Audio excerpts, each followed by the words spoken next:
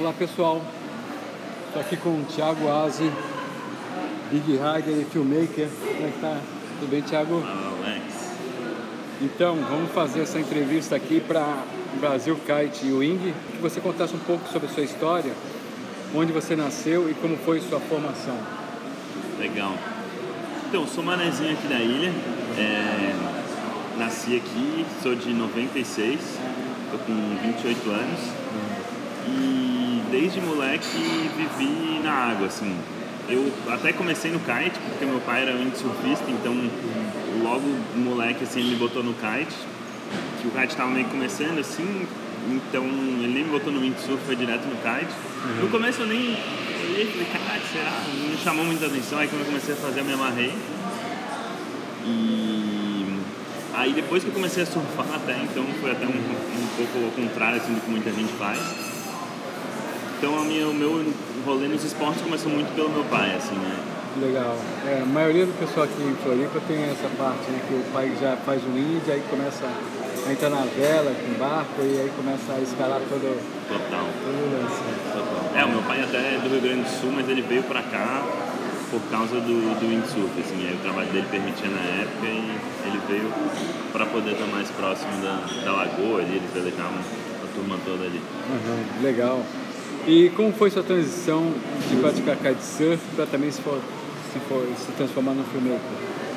Cara, teve uma relação bem próxima, na verdade, porque no início eu e o Seba a gente velejava sempre junto.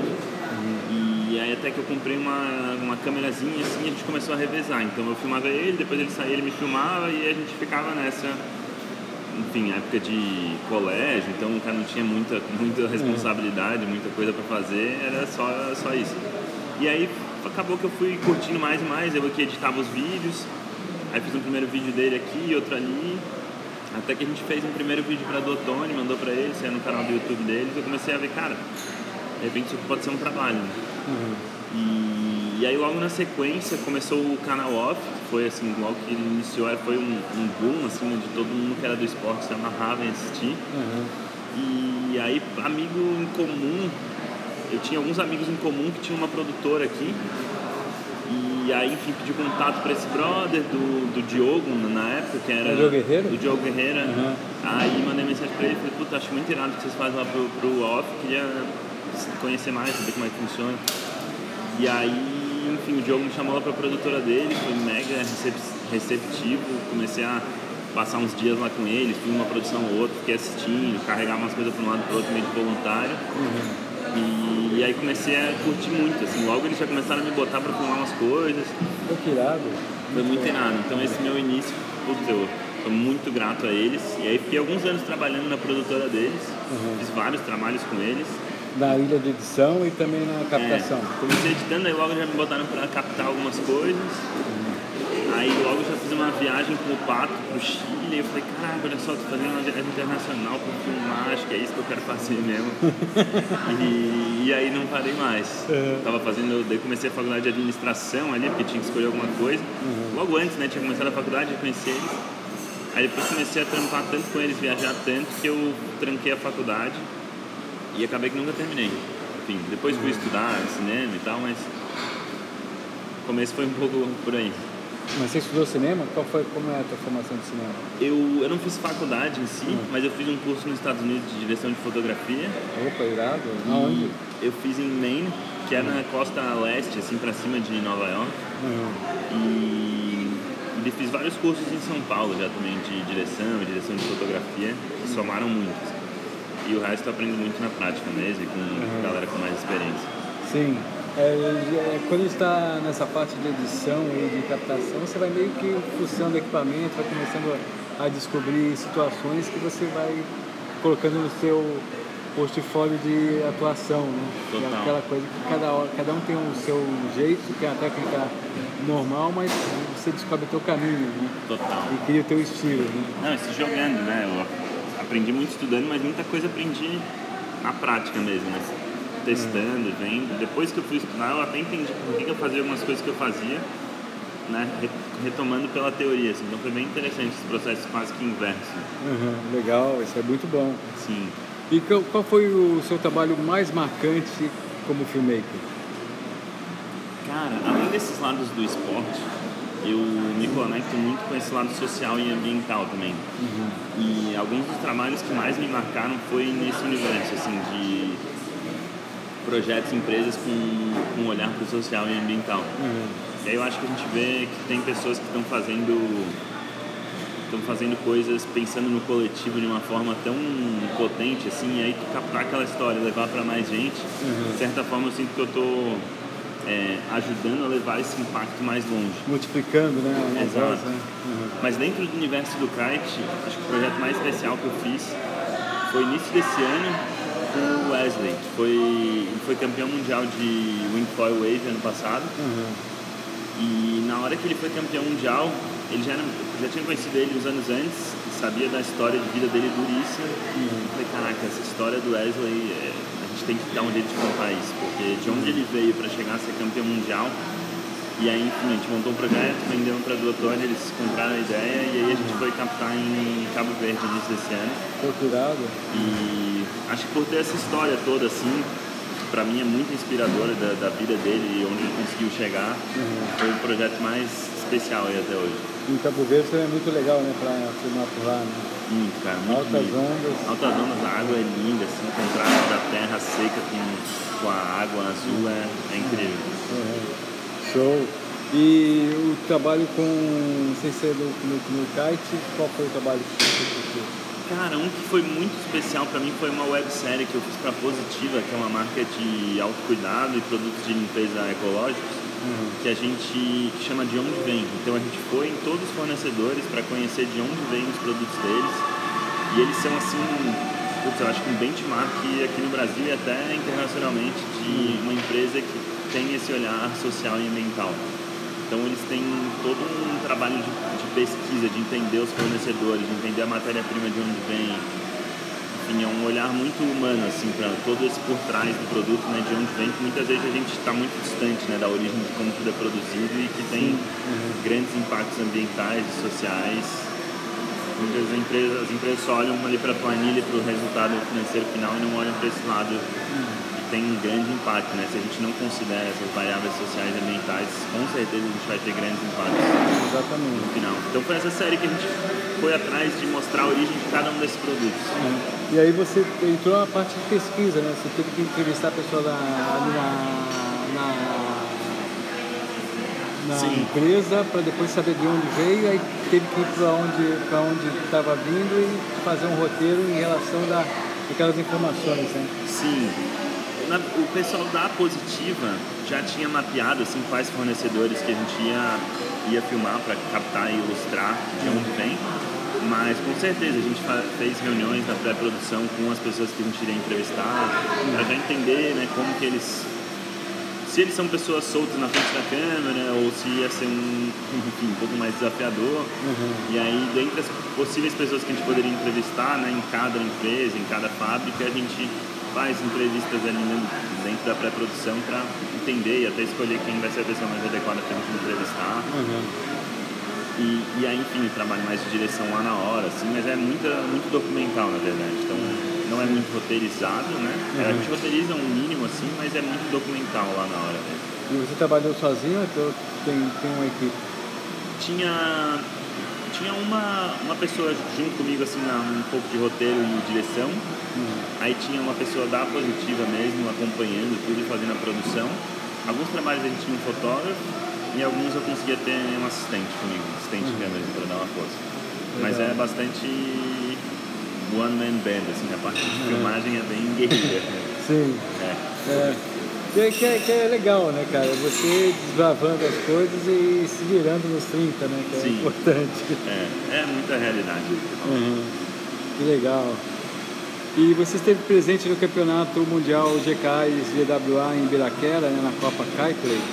Como foi a sua experiência de filmar em um evento de tamanha magnitude e qual foi a sua função lá? O que você estava fazendo ali? Sim, foi muito legal o campeonato da GK e da GWA agora que teve em Ibira. Porque, pô, tem uma etapa do Mundial aqui do lado de casa, né, no lugar que a gente sempre veleja, receber todos os amigos do Tour aí em casa, foi muito bom. E, cara, é demais, né? Ver a galera, todos os melhores do mundo, fazendo velejo na onda que a gente sempre tá e, enfim, poder filmar a galera em casa é muito bom. Pegar meu carro em 1h30, eu tava no lugar que eu ia trabalhar, foi um sonho, assim. E você fez parceria com a Kite, você filmou para a Kite? Não, na verdade eu filmei pra GK mesmo, pra GK e pra GWA. Então foi uma entrega direto pra equipe de mídia deles. Lá a gente tava eu e mais o Ben filmando, duas pessoas filmando.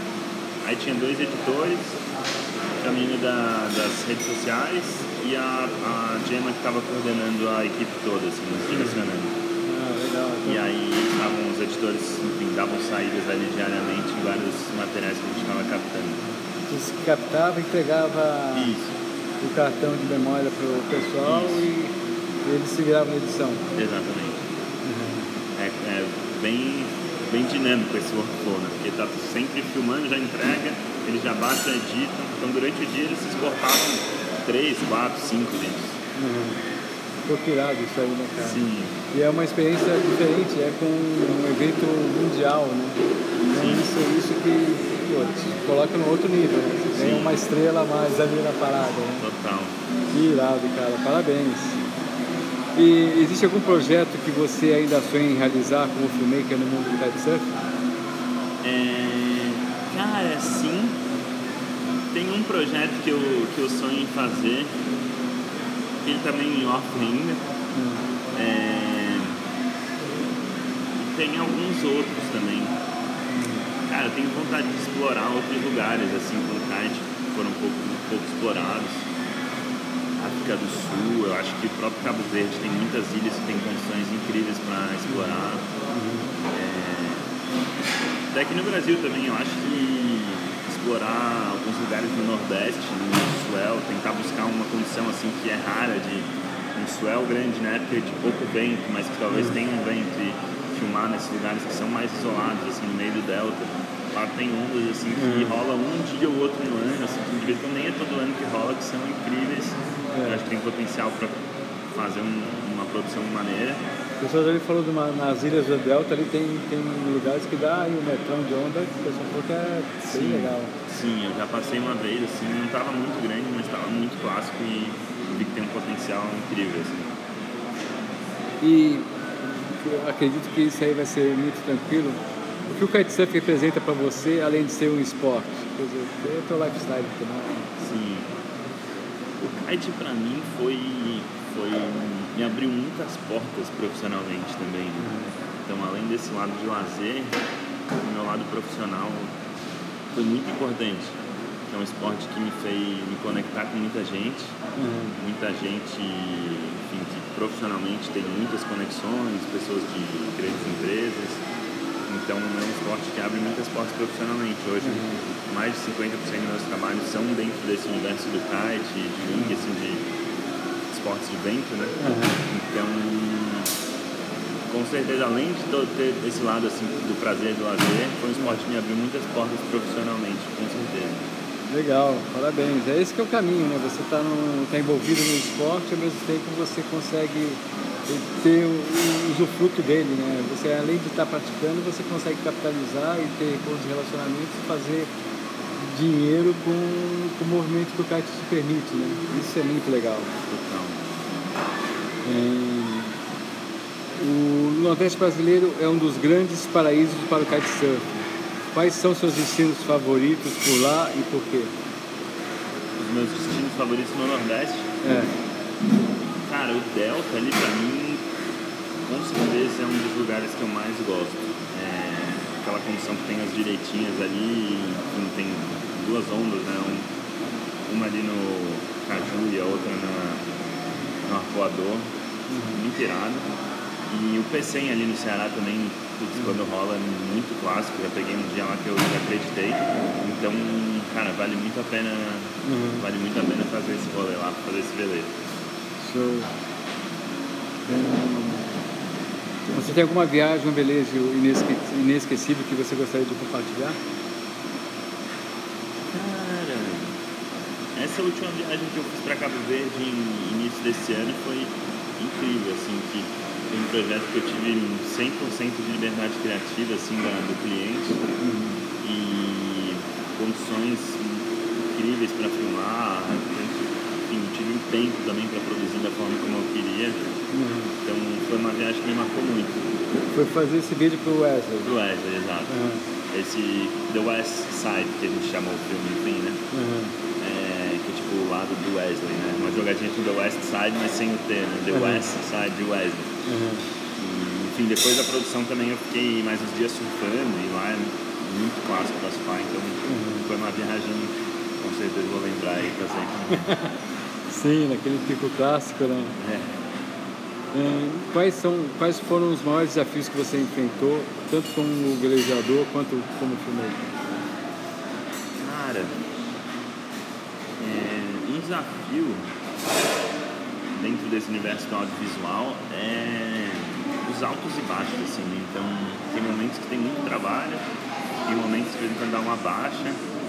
Então hoje eu já entendo bem, assim, tem meses que pra mim são melhores, tem meses que são mais fracos, então eu já entendo uma média, assim, tem alguns clientes também mais recorrentes, mas o meu maior desafio nos anos mais iniciais, assim, que hoje até está um pouco melhor, é esse altos e baixos de trabalho. Que quando está no baixo você precisa estar fazendo alguma coisa para se manter em condição, né? É o que eu chamo de preparação, né? Física, você tem que estar sempre se preparando. A hora que acontecer a coisa, você já tem que estar ligado, tem que estar conectado. Porque se você esperar se conectar a hora que a coisa está acontecendo, você perde um tempo, né? Aí o lance é justamente isso, é você acabar se acostumando com os altos e baixos da vida e levar isso na boa, né? Porque tem dia que tem vento, tem dia que não tem vento. Então tem dia que tem trabalho, tem dia que não tem trabalho. Sim. É por aí também, né? É isso, guardar a grana quando vem, exatamente. que tá devagar. Quem são suas maiores inspirações no kitesurf e no universo do audiovisual? Cara, no kite, com certeza o Seba. Pra mim, é a minha maior inspiração no kite wave, assim. Você começou meio que junto com ele, né? Você estava contemporâneo, né? Eu comecei um pouco depois dele, mas logo assim a gente se conectou. E aí ele morava aqui em Floripa na época, então a gente sempre velejava junto.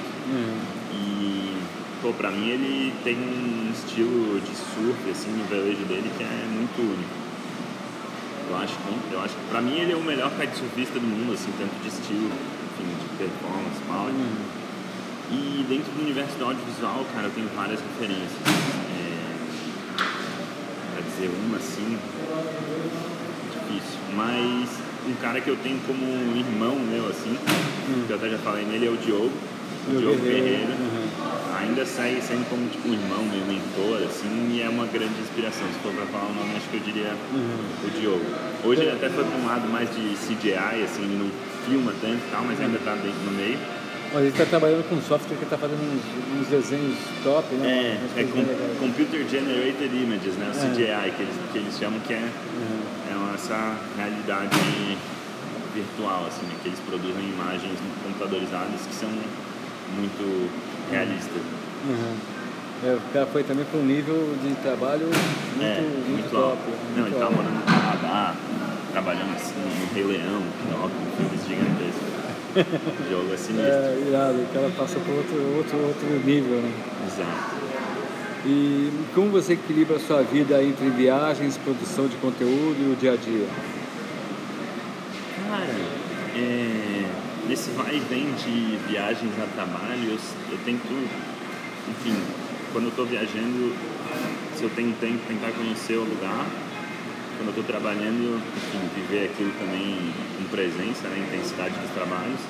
E quando eu volto para Floripa é sempre bom demais, assim, sempre que eu consigo voltar e não tenho muito trabalho no computador para fazer, eu tento viver os meus esportes aqui que, putz, eu amo. O velejinho no Campeche aqui para mim não tem preço, o surf também aqui no meio da Joata ou até no Riozinho quando tem o céu do sul. Então é isso. Quando eu estou em casa eu tento buscar um pouco mais de lazer e quando está viajando normalmente é bem correria. Correria. E você também gosta de pegar onda? Tem gente que só faz kite wave sem ter surfado, tem um estilo diferente da galera que já surfa e faz o kite wave. Sim. É mais radical, é mais agressivo, né? Tem outras manadas aí que são faz parte do portfólio, né? Sim. Eu acho que quem surfa e faz o kite nas ondas vem com um olhar assim pra onda um pouco diferente, né? Vem muito de tentar surfar a onda e tu vê aquela sessão e tu quer manobrar ela e fazer como tu faria no surf. E aí tu tenta usar o kite o mínimo possível só pra ele te dar a velocidade que tu precisa e que ele não te incomode ali, né? Então, eu vejo muito assim, quanto mais eu conseguir manobrar não sem encostar no kite, pra mim melhor. Então... Tipo assim, você solta até, tira a mão da barra, deixa ele no estável ali e vai fazendo toda a manobra. Exato. Se conseguir dar uma movimentação ali, dar 3 manobras, pra mim é o ideal. Não precisar mexer o kite, fazer tudo no surf, né? Porque quando o vento fraco, várias vezes a kite está planejando, as linhas meio frouxas, então tu faz a manobra totalmente no surf, que é muito irado. Show. E como você enxerga a evolução do kitesurf no Brasil e no mundo atualmente, nos próximos anos, a previsão que você considera? Cara, aqui no Brasil, especialmente o Nordeste, assim, o Ceará também, se for falar um lugar mais específico, foi um crescimento inimaginável, assim, nos últimos 3, 4 anos. A região do Perealho, o Cumbuco e a costa toda do Ceará mesmo.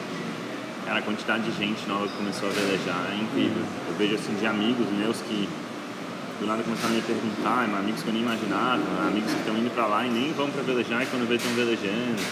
Então, muita gente com grana, assim, né, começou a... A realidade é que é um esporte relativamente fácil de aprender, a curva de evolução é rápida, então quem tem a grana pra fazer as aulas e comprar um equipamento, consegue ali um voo de 3 horas, vai passa 4, 5 dias, faz intensivo, aprende, né? Então a galera de São Paulo com essa ponte aérea, indo no feriado ali, vendo essa evolução toda, acho que a galera se animou e foi, enfim, aumentando essa comunidade. Então, muito legal. Pra mim é ótimo que o kite cresça e todo o entorno também. Consequentemente, vai ter mais gente praticando, enfim, essa comunidade, esse coletivo do kite cresce e acaba vem mais trabalho também. Exatamente, isso que é legal, né? Sim. E o PREA realmente, assim, eu vou há 5 anos pro Nordeste, né? E cada ano eu tive viagens diferentes e eu vi realmente que tem um boom, né? O Ceará atualmente ainda a bola da vez. Daqui a pouco vai chegar no Maranhão também, que é um lugar que está um pouco mais roots, mas está recebendo pessoas. E só vejo crescer, né? Tanto é que eu estou agora na 8ª edição da revista digital e acredito que daqui para frente vai ser também cada vez mais com vários novos lugares para explorar e fazer matérias com pessoas legais e acaba abrindo essas portas também. Isso é muito legal. Que mensagem que você gostaria de deixar para os novos praticantes de kite e para aqueles que sonham entrar no mercado de produção de vídeos relacionados ao esporte?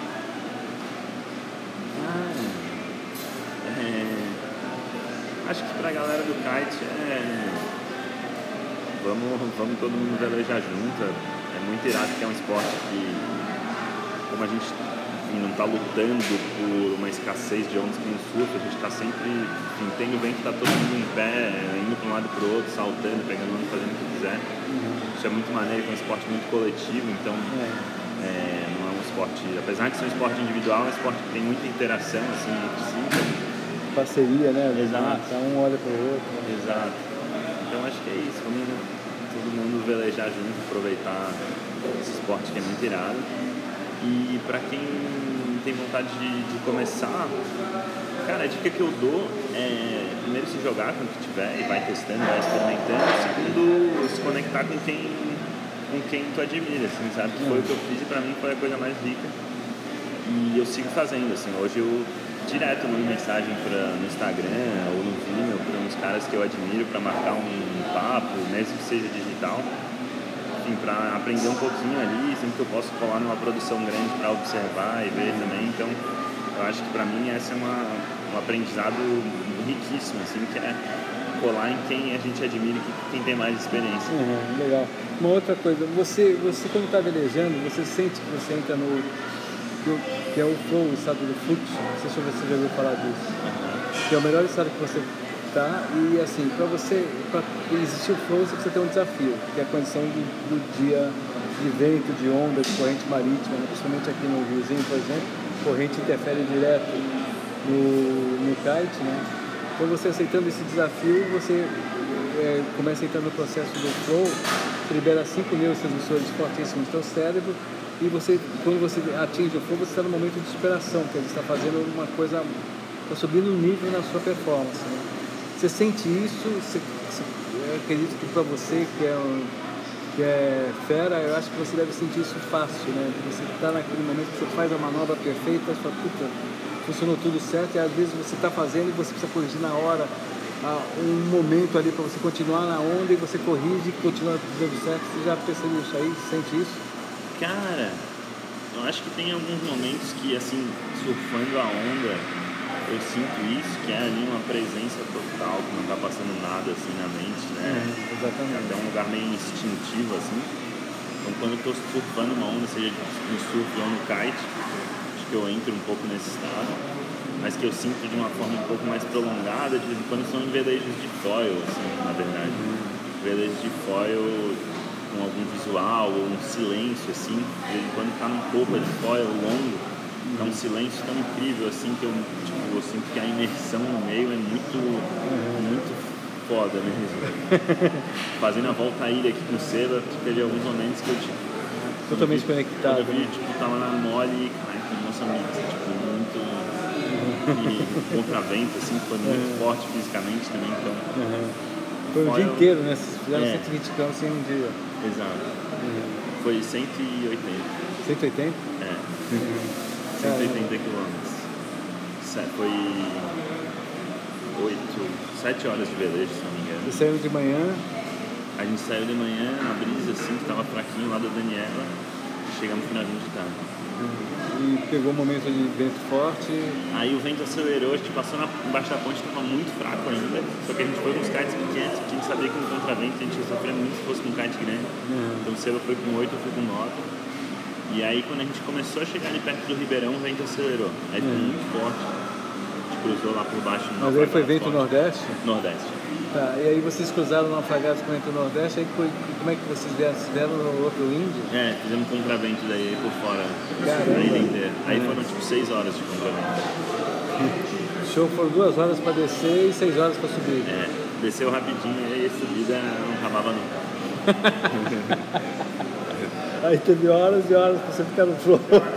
Aí foi sinistro. No final mesmo, o kite tava murchando, assim, sol na cara, destruído. Mas foi uma experiência única. Show, com certeza. Né? Foi a primeira vez que o pessoal fez uma volta à ilha de índio, né?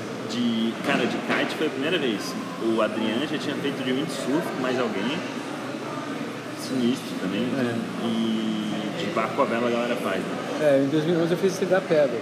Eles têm nada virado. Fui eu e mais 10 caras, eu fui mais no barco fotografando a galera, mas remei alguns momentos, muito irado, cara. Foram 6 dias. 6 dias. Foi show. Animal. Não, foi muito bom. a ilha é bonita, né? Postando demais. A ilha, demais. Ver as ilhas de perto também. E ver como a temperatura da água muda também, cada canto da ilha, isso foi muito surpreendente. Do sul, leste da ilha pro norte, assim, é incrível a diferença. Sim, e deu pra sentir que é... No meio do Moçambique, assim, a água ainda tava fria, aí a gente saiu orçando, nem encostei na água. Quando eu caí no Santinho, parecia que eu tava em outro lugar, assim. Água quente. Água quente, cara. Vários graus de diferença, com certeza. Que louco isso, né? Bacana. Pô. Mais alguma coisa que você gostaria de falar? Passou um pouco por tudo. Show, gratidão. Valeu, velho. Valeu. Obrigado. Até mais.